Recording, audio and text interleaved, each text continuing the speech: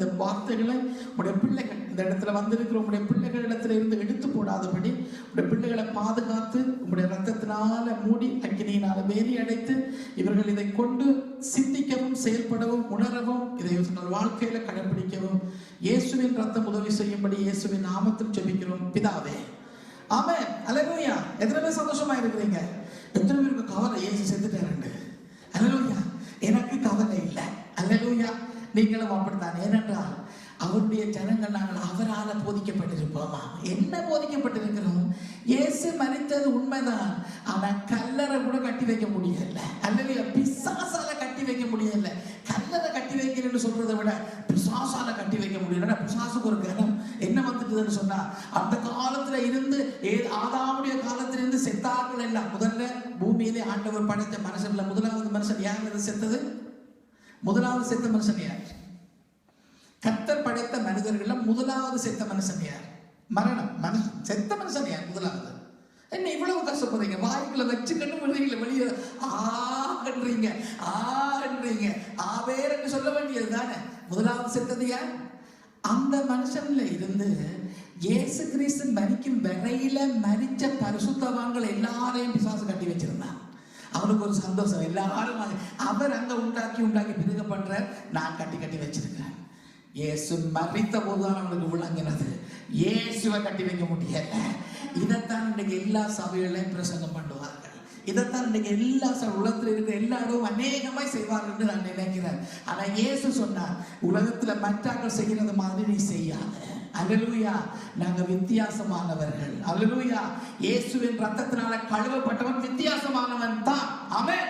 கழுவப்பட்டது மாத்திரமல்ல, கழுவப்பட்ட எல்லாரும் வித்தியாசமானவர்கள். ஒருவன் கர்த்தருக்குள்ள இருந்தால் அவன் புது சிருஷ்டி. ஆனா நிலைத்திருக்க வேணும். அல்லேலூயா. நிலைத்திருக்க வேணும் என்று ஆண்டவர் சொன்னார் எங்களிடத்துல. என்னால ரட்சிக்கப்பட்டு என்ன விசுவாசிக்கிற என்னுடைய ஜனம் எனக்கு என்ன மறுதளிக்குது? பேதுரு மறுதளிச்சுதா இல்லையா? ஆனா பேதுரு மனம் திரும்பிச்சது. மற்றவன் என்ன பேர்? ஜூதாஸ் இயேசுவை மறுதளிச்சானா? காட்டி கொடுத்தானா? மனஸ்தாபப்பட்டான், மனம் திரும்ப இல்லை. பேதுரு மனஸ்தாபப்பட்டது, மனம் திரும்பிச்சது. அல்லேலூயா. அவ சொல்லிச்சது, ஐயோ நான் காட்டி கொடுத்துட்டேன், மதியானத்துல மற்றவர்களுக்கு நான் காட்டி கொடுத்துறேன், இந்த இயேசுவை காட்டி கொடுத்துறேன், அறிக்கை பண்ணிச்சது. அல்லேலூயா. கிறிஸ்தவனா பிறந்தவன், இயேசுக்குள்ள பிறந்தவன் தன்னை பாவத்தை சொல்ல பயப்பட மாட்டான். என்ன இயேசு எனக்கு மன்னிச்சிருக்கிறார். அல்லேலூயா.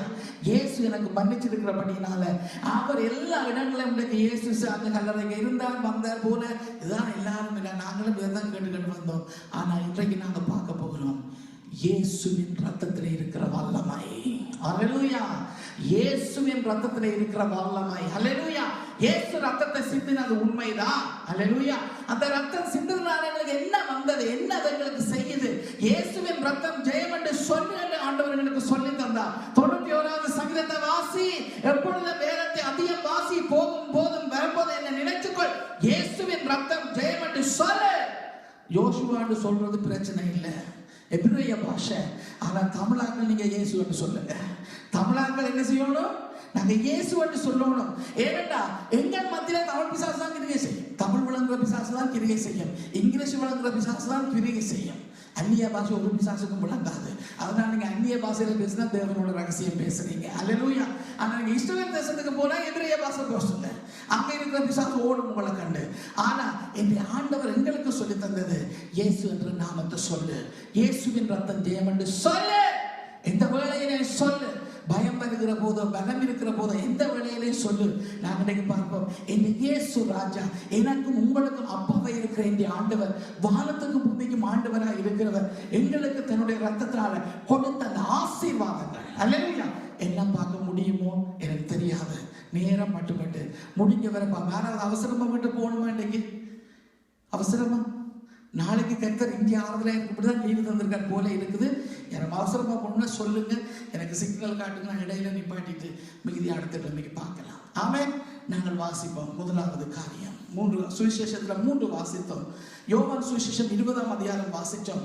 அதுக்கு ஒப்பான காரியம் லூக்கா 24, மார்க் 16, மத்தேயு 28 எல்லாம் இருக்கு. எடுக்க தேவையில்லை, நீங்க நோட் பண்றாங்களுக்காக நான் சொல்றேன். யோவான் சுவிசேஷம் 20ஆம் அதிகாரம் நாங்க வாசிச்சோம் 1-17 வரை. அதுக்கு ஒப்பான இயேசுவினுடைய உயிர்த்தெழுந்த காரியம் லூக்கா சுவிசேஷம் 24. மார்க்கு 16ல மத்தேயு 28ல இருக்குது. நோட் பண்றவங்களுக்காக சொல்லப்பட்டிருக்கு. இந்த காரியங்களை நீங்க வீட்டில் போய் வாசிச்சு தியானிச்சு கொள்ளுங்க. இதுக்கு ஒப்பான காரியம் தான் எசாயா 25ல நாங்க வாசிச்சோம் 4:9.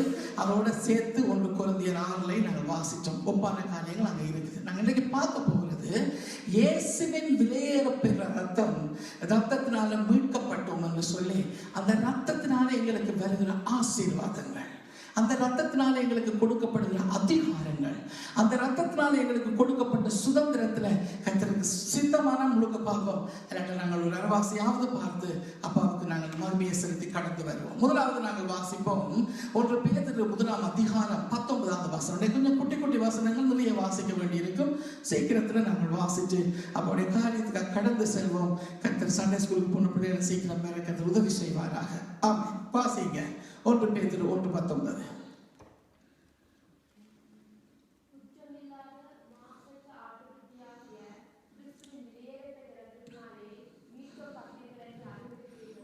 ஆமென். அல்லேலூயா. முதலாவது நாங்கள் தெரிந்து கொள்ள வேண்டிய காரியம் 1 பேதுரு 1ஆம் அதிகாரம் 19வது வசனம் சொல்லுகிறது, கிறிஸ்து இயேசுவின் மாசில்லாத இரத்தத்தினால. அல்லேலூயா, அல்லேலூயா. நானும் நீங்களும் எப்படியான இரத்தத்தினால ரட்சிக்கப்பட்டிருக்கிறோம், மீட்கப்பட்டிருக்கிறோம். அடைவு வைக்கப்பட்டிருந்த நாங்கள், அடிமையாக்கப்பட்டிருந்த நாங்கள். என்னத்துக்கு அடிமை? அரசாங்கத்துக்கு இல்ல, வேற யாருக்கும் இல்ல, பிசாசுக்கு. அல்லேலூயா. இதை விட பெரிய கொடுமை என்னன்னா, பிசாசுக்கு தான் நாங்க அடிமைப்பட்டிருக்கிறோம் என்றது கூட எங்களுக்கு தெரியாம இருந்த காலம் உண்டு. எத்தனை பேர் ஓமன்னு சொல்றீங்க? இயேசுவை நான் அறிகிறதுக்கு முதல், இயேசுவை தெய்வமா ஏற்றுக்கொள்றதுக்கு முதல், நாங்கள் பிசாசுக்கு தான் ஆராதனை செய்தோம்ன்றது கூட எங்களுக்கு தெரியாது. ஓமா இல்லையா? நான் கத்தோலிக்கத்துல இருக்கிற போது அங்க அதைத்தான் செய்தோம்ன்றது தெரியாது. ஒரு பரிசுத்தமான ஆண்டவர் எடுத்து ஒரு மடம் ஒரு யூடியூப்ல இருக்குது, அவளை எடுத்து வடிவாப்பா, அந்த சிலையப்பா, அதை பாருங்க ஆண்டவர் சொன்னார். அதை பார்க்கிற போது என்ன ஆண்டவர் ஒண்ணு தெரியல என்று சொன்னாலாம்.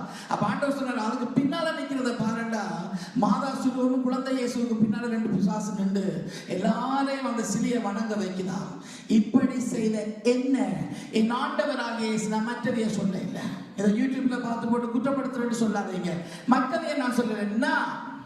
நான் மாதா சுருவத்தையும் குழந்தை இயேசுவையும் குழந்தை இயேசு இயேசு இயேசு என்று சொல்லி கும்பிட்டு கண்ட பிசாச வணங்கி கொண்டிருந்த என்ன என் ஆண்டவர் இப்படியா இதற்கு ஒப்பான காரியங்களை செய்து கொண்டிருந்து செய்கிற போதே செய்கிறேன் என்று தெரியாம குருடனாய் கிடந்த என்னையும் குருடனாய் இருந்த உங்களையும் இயேசு கிறிஸ்துவினுடைய மாசில்லாத ரத்தம் விலை கொடுத்துகளை வாங்கி இருக்கிறது. கரங்களை தட்டி அவரை மகிமைப்படுத்துவோமா? இயேசு கிறிஸ்துவினுடைய மாசில்லாத ரத்தத்தினால நானும் நீங்களும் வேண்டப்பட்டிருக்கிறோம். அல்லேலூயா. இலங்கையில போறீங்கன்னா பேங்க்ல கொண்டு நகை அடை வைப்பினா கொஞ்ச நாளையில் எடுக்கணும். முதல்ல ஒரு கடிதம் பெறும், ரெண்டாவது கடிதம் பெறும். போக இல்லையோ அவன் அதுக்கு பிறகு நீங்க போனாலும் தரமாட்டான். ஒரு டேட்டை குறிச்சு அங்க இருக்கிற மற்ற நகை எல்லாத்தையும் சேர்த்து மீட்கப்படாத நகை ஏலத்துல போடுவாங்க, வித்துடுவான். இதே நிலைமை தான் எனக்கு உங்களுக்கு நடந்தது.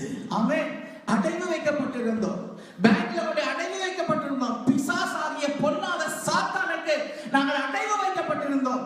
கிறிஸ்து இயேசுவின் ரத்தம் அடைவு வைத்த அவர்கள் மீட்க முடியாத சூழ்நிலையில் இருந்த என்னையும் எங்களால மீட்க முடியல. எங்களுடைய ஆத்மாவை மீட்க முடியல, எங்களுடைய சரீரத்தை மீட்க முடியல, எங்களுடைய உணர்வுகளை மீட்க முடியல.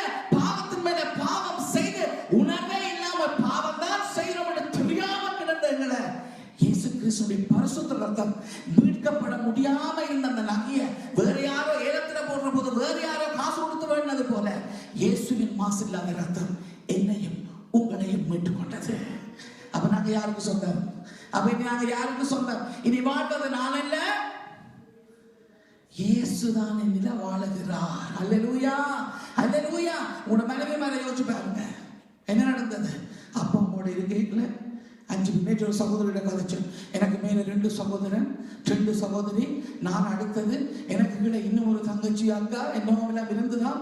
அவியல் வளர்ந்தபடியால எல்லாரும் போயிருந்தனமா, தன் வீட்டுல இருந்தபடியால அம்மாவோட செல்ல பிள்ளை. ஏனண்டா என்னோட விளையாடுறதுக்கு அண்ணாக்களும் இல்லை அக்காக்களும் இல்லை, எனக்கு வேற வழி இல்லை. அம்மாவையே பிடிச்சுக்கிட்டு இருந்தபடியால இன்னைக்கு 2 பிள்ளை பெற்று மூத்த பிள்ளை இன்னும் கொஞ்ச நாள் திருமணம் செய்கிற வயசு, அம்மாவை விட முடியல. பாசம் அன்பு என்ற இயேசுவும் அப்படித்தான் தன்னுடைய பரிசுத்தமான ரத்தத்தை சிந்தி தனக்கு அன்றைக்கு எங்களை சொந்தமாய் வாங்கினபடியால எங்களை இயேசுவை நாங்கள் விட முடியாது. நாங்கள் விட்டாலும் அவர் விட மாட்டார். அல்லேலூயா. ஏனென்றால் இன்றைக்கு நாங்கள் வாசித்தோம் கொரிந்தியரில் அவருடைய ஜீவன் எங்களுக்குள்ள கலந்திருக்கிறது, அவருடைய ஆவி எங்களுக்குள்ள கலந்திருக்கிறபடியால எங்களை பிரிக்க முடியாது. ஒரு சகோதரி இருக்கிறாள், அவள் அந்த தகப்பனோட தாயோட இருக்கிறாள், 5, 6, 7 சகோதரர்கள் இருக்கிறாள். திருமணமாகிற போது எல்லாத்தையும் விட்டுட்டு தன்னோட புருஷனோட வாழ்றதுக்கு தன்னை ஊரையே விட்டு வந்து விடுகிறாள். அல்லேலூயா. என்னை பொறுத்தவரையில மனுக்குலத்துல மனுஷர்களுக்குள்ள தேவனுக்குள்ள ஒரு சகோதரி செய்கிற இந்த பெரிய தியாகம் இயேசுக்குள்ள இது பெரிய தியாகம். அல்லேலூயா. இதை ஆம்பளை நாங்கள் உணர்றதில்லை, அநேக புருஷன் மனிதன் நினைக்கிறது இல்லை. அல்லேலூயா. என் அதிகாரம் உங்களோட தலையில்லை. நீ அவளை ஆண்டு கொள்ள ஆண்டவர் சொல்லிட்டு ஆண்டவர் அவளையும் பார்த்து சொல்ல உன்னுடைய ஆசை இவனைத்தான் சுத்தம், இது வேறு எங்கேயோ சுத்தம். அதான் சொல்லுவேன், அழகு போல ராசாத்தி இருந்தாலும் குரங்கு போல யோசித்த என்னோடலாம் சொல்லுவேன். சத்தியத்துக்கு வெளியே நான் போகையில் உதாரணத்துக்கு சொல்லிட்டு போயிடுறேன். ஆமாம், நாங்கள் உணர வேணும். எல்லாத்தையும் விட்டுட்டு வந்தாலே என்னையே தன்னுடைய சொந்த ரத்தம் பரிசுத்த ரத்தம் என்ன பார்க்காம எனக்காக உங்களுக்காக சிந்தி எங்களை மீட்டுட்டு இருக்கிறார். அல்லேலூயா. நாங்கள் அவருக்கு சொந்தம், நாங்கள் அவருக்கு சொந்தம். அவர் தன்னுடைய பரிசுத்த ரத்தத்தை சிந்தி என்னையும் உங்களையும் மீட்டெடுத்து முதலாவது ஆசீர்வாதம் எங்களுக்கு அவர் தன்னை வெளிப்படுத்தினார். அல்லேலூயா. அல்லேலூயா. அல்லேலூயா. இதுக்கு கீழே பார்த்தா இயேசு கிறிஸ்துவின் அடுத்தது வாசிப்போம். கொலேசியர் 1ஆம் அதிகாரம் 20வது வசனம். முதலாம் அதிகாரம் 20வது வசனம். புதிய ஏற்பாடு 275வது பக்கம். அடுத்தது இயேசு கிறிஸ்துவினுடைய ரத்தம் எனக்கு என்ன செய்கிறது? வாசிங்க.